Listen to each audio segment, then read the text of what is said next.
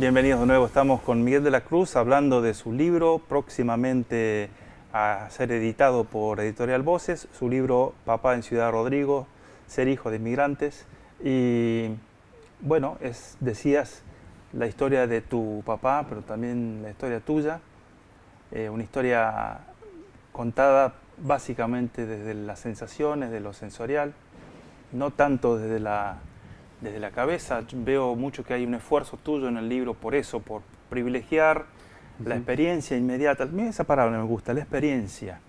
¿No? Sí, La sí, experiencia de ser hijo, la experiencia de tener un padre, la claro. experiencia de criarte en el campo, la experiencia de ver morir un animal que sabes que está bueno que muera porque vas a comer. Sí, sí. Y contás también la experiencia sensorial de experimentar la corporalidad de tu padre, la voz de tu padre, contabas tu gusto, tu fascinación por la voz de tu padre, y eso me lleva inmediatamente a preguntarte por un detalle que hay en el libro, que es muy breve dentro del libro, pero que a nosotros acá en la cooperativa nos interesa mucho, y es esta historia de tu papá haciendo teatro bajo la dirección de Santiago Marzo. Una historia absolutamente impensada para mí. Yo no tenía ni idea de que el ingeniero Marzo anduviera enseñando teatro por Anguil. Es una cosa muy loca. Contalo, por favor. Bueno, esto es transmisión oral, ¿no es cierto? Yo hablo de eso, de que en realidad yo repito lo que me dice mi padre, como mi padre repetía lo que decía el suyo.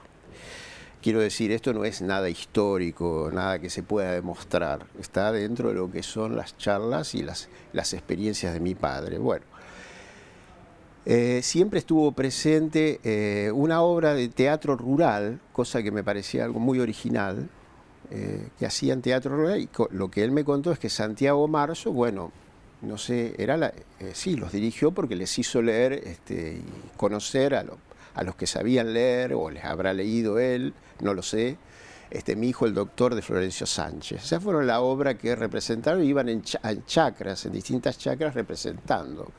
Eran chacras, bueno, de personas conocidas, pero a mí me pareció un hecho, inclusive sería muy interesante poderlo llevar a la actualidad, o sea, empezar a trabajar un medio cultural campesino.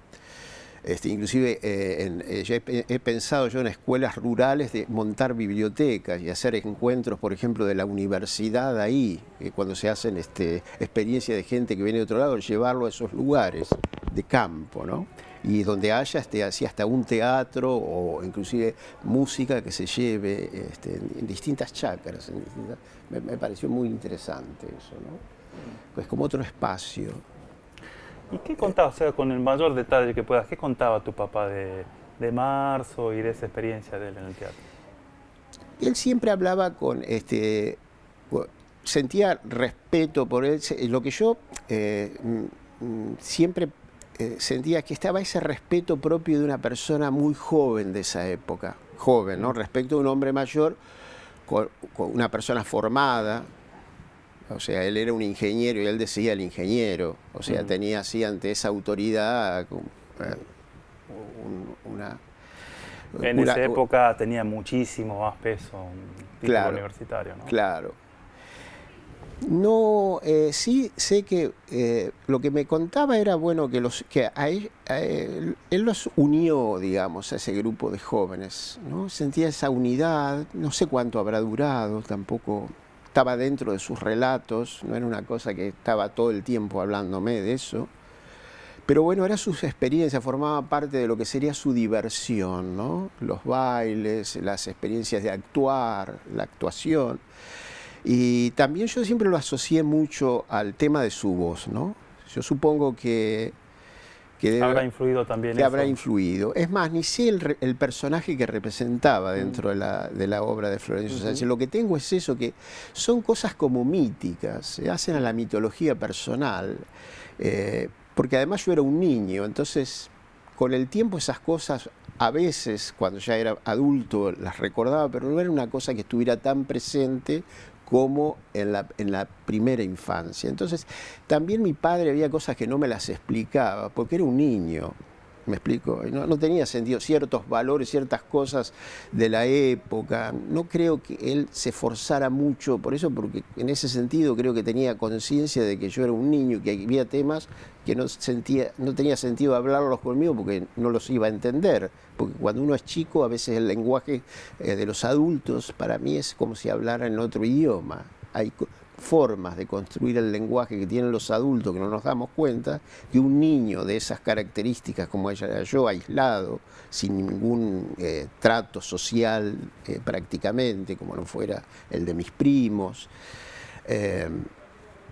Creo que por eso tampoco te puedo dar demasiada información. Sí, siempre Santiago Marzo para mí fue como una, y sobre todo porque mi padre, bueno, el cooperativismo era algo que a él le interesaba mucho, lo reivindicaba, ¿no? Porque él había sido cooperativista en algún momento, de una cooperativa de Anguil, de la zona de Anguil, pero bueno, nunca fue un militante social, ¿no? Siempre fue una persona, bueno, del campo, solitaria.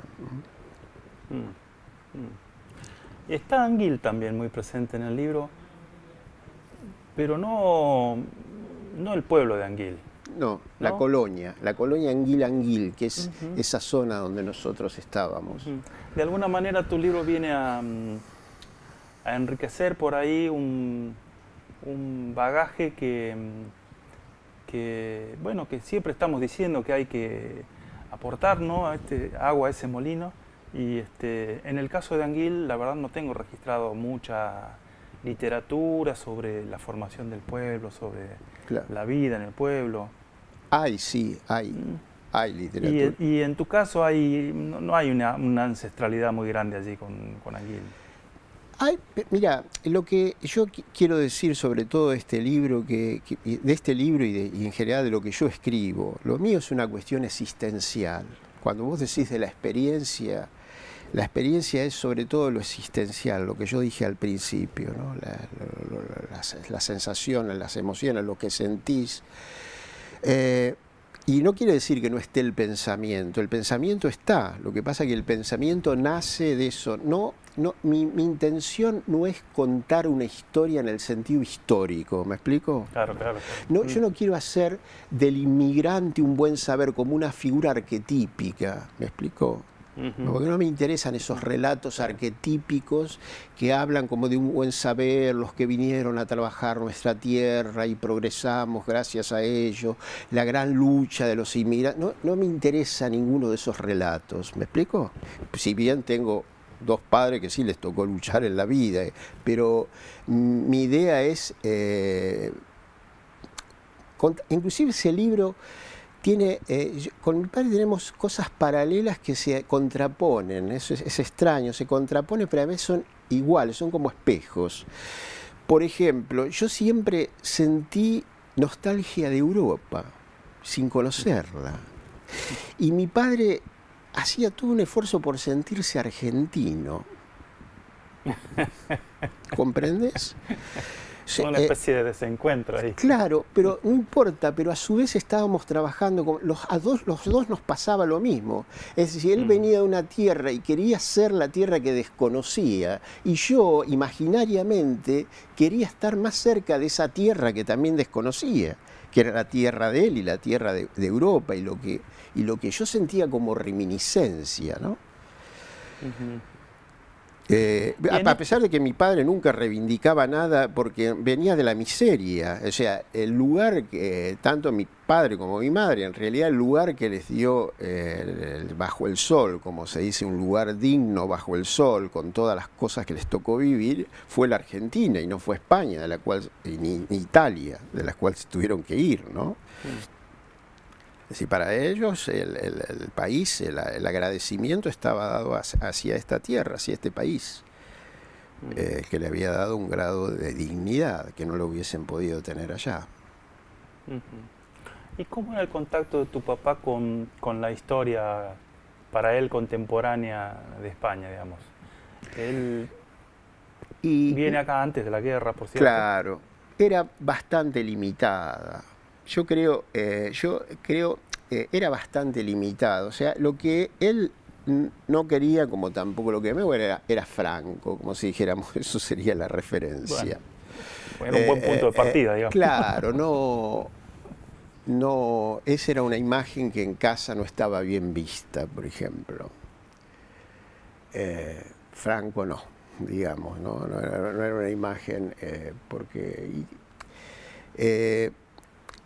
más que la historia, yo creo que él me refería a cosas que tenían que ver siempre con esta cuestión agraria, rural, ¿me explico?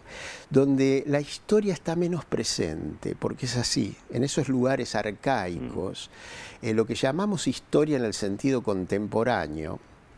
Yo creo que mi padre tenía grandes desfasajes de la realidad en el sentido de lo que sería la tecnología. Yo digo, bueno, mi padre no llegó a conocer ni el celular ni la computadora, no la hubiese usado tampoco. Pero yo a veces pienso, qué tremendo para una persona de cierta edad vivir esas cosas tan abruptas, ¿no? Inclusive en lo que sería la tecnología de las cosas de la mecánica, que a él le gustaba mucho, de la mecánica agraria, de la agricultura, ¿no? Donde a veces había cosas que no las podía comprender, él seguía con cosas viejas, ¿me explico?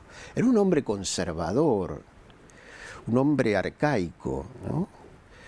Y tenía un elemento conservador que yo aprecio también, ¿eh? Yo creo que a veces hay el discurso progresista a veces ha destruido bastante lo conservador como algo nefasto y como siempre que tiene que ver con el poder.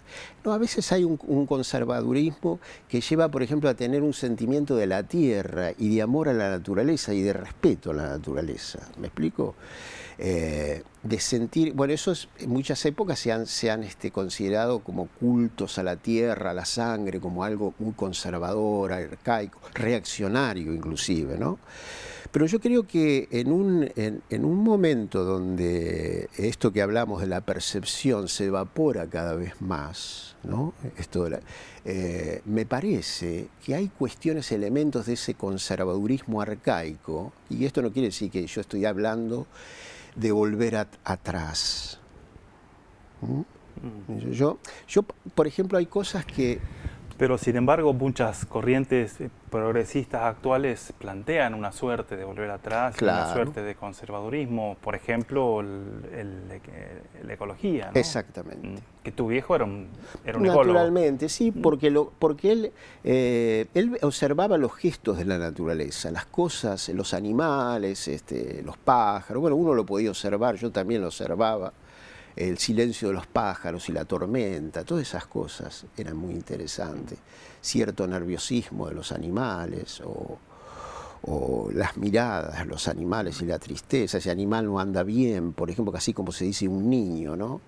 Algo le pasa, no está mirando bien, o sea, hay cierta tristeza, la mirada un poco turbia, todas esas cosas, ¿no?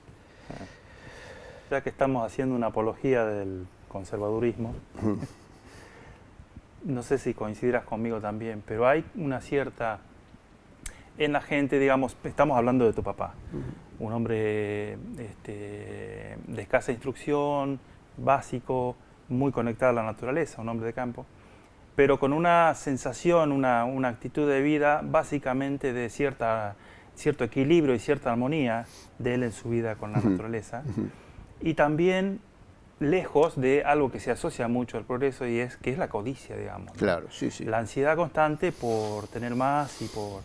y esa es la parte del progreso o del progresismo, claro, que a veces no vemos, ¿no? Que no está tan buena. Claro.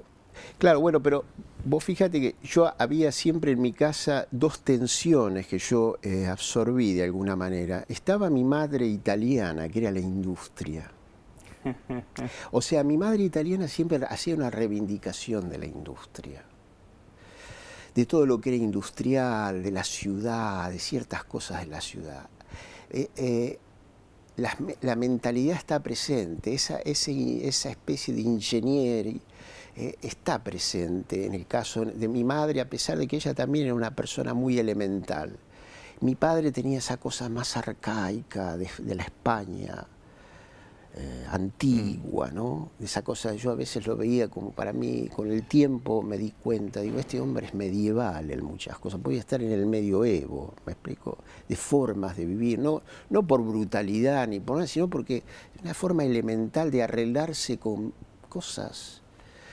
Eso que dice, todo se ata con alambre, o se arregla con alambre, bueno, eso, ¿no? Esa especie de recuperación de todo, ¿no?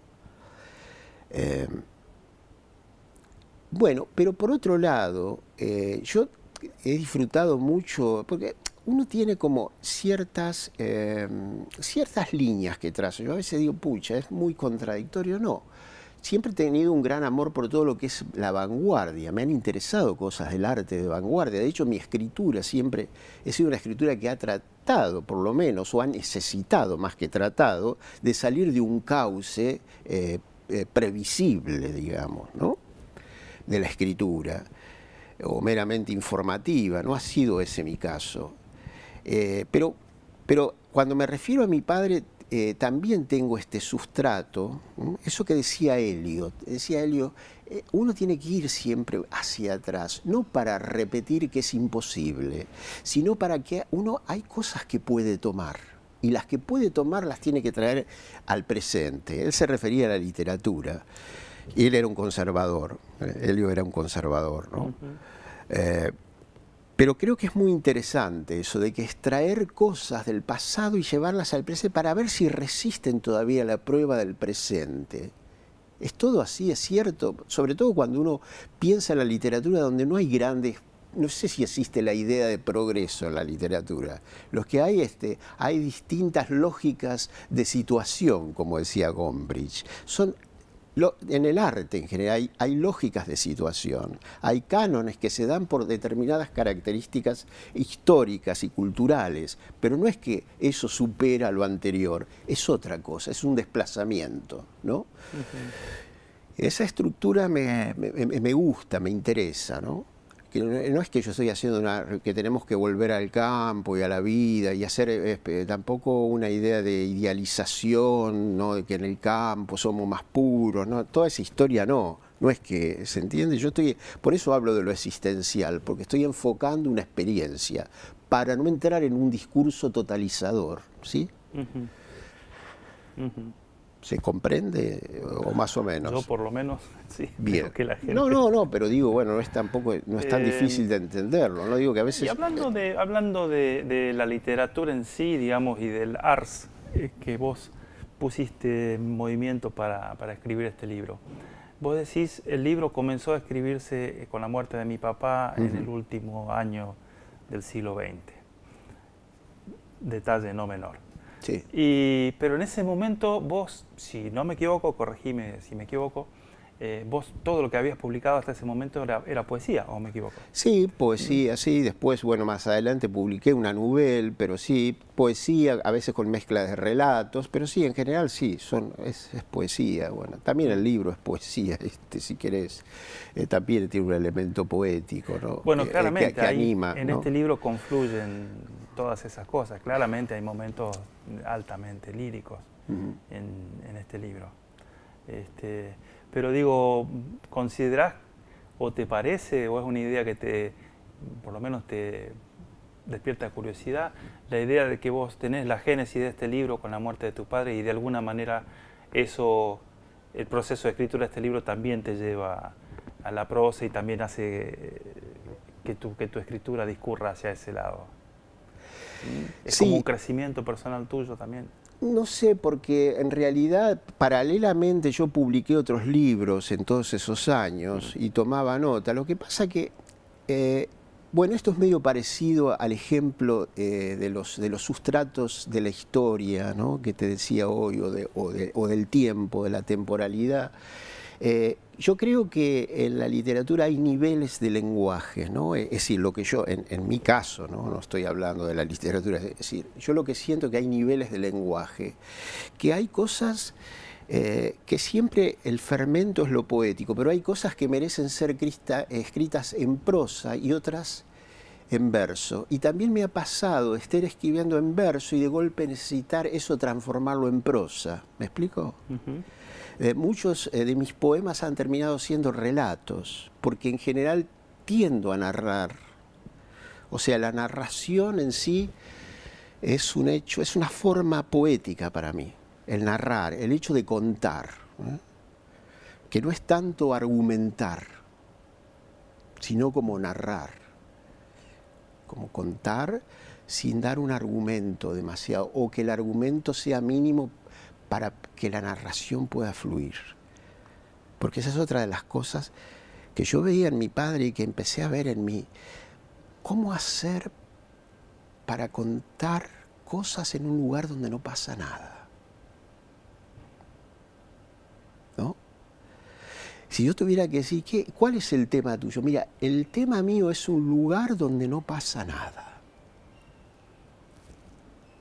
Y de ese lugar, como otros tienen grandes novelas, narraciones, poemas épicos, donde está la historia, donde uno está la acción, las ciudades, la novela negra, etc.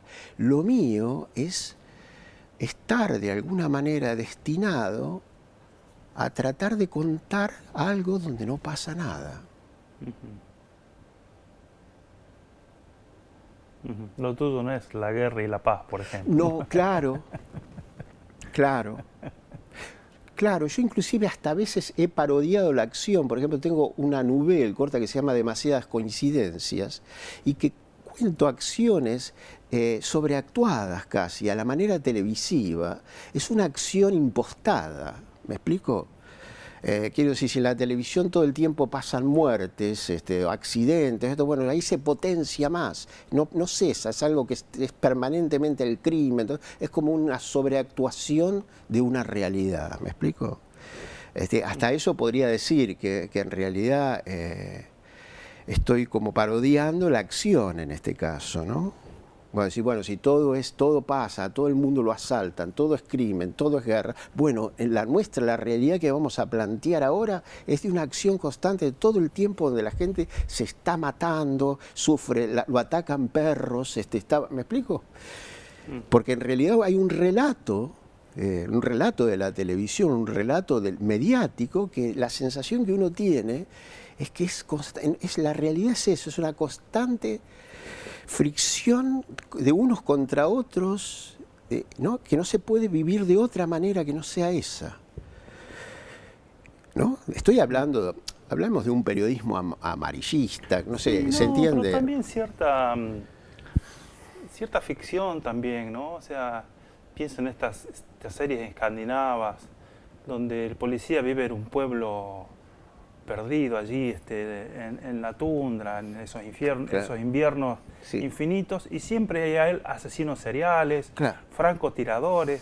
¿Cómo hacen en un pueblo como Anguil para tener semejante cantidad de crímenes? Tanta cantidad, o por ejemplo en el campo donde vivía nosotros, que era imposible que pasara, los únicos crímenes que pasaba eran los de mi viejo con los corderos que mataba. Quiero decir que, ¿me explico?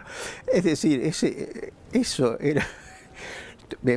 no es que no pasaran casos, había cosas terribles que pasaban, sí, que habían pasado, donde está la humanidad y donde está lo terrible, está lo trágico, pero bueno, la cuestión es de cómo hacer, porque eso ya me pasaba en la escuela. Cuando yo empecé a ir a la escuela, el problema que se me planteaba es cuando llegábamos a San Martín, que yo lo quería mucho a San Martín, me gustaba mucho esa aventura de San Martín. Pero yo volvía a mi casa y no pasaba nada. Y yo quería tener un héroe como San Martín. ¿Me explico?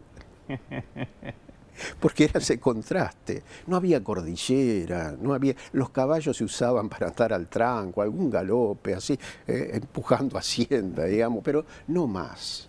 ¿Ves? Que era todo de baja intensidad. Claro, de baja intensidad, ¿no? Vamos a hacer otro corte, Miguel. Y con esto se termina el reportaje, lamentablemente, pero queremos hacer un bloque más y invitarte a que nos leas. Vos también tenés una voz muy linda, Miguel. Déjame que te lo diga. Bueno, gracias. Que queríamos escucharte leer algún texto tuyo antes de despedirnos de la audiencia. ¿Te parece bien? Bien. Bueno, si ustedes están de acuerdo, nos vemos en el próximo bloque que Miguel va a leer para nosotros.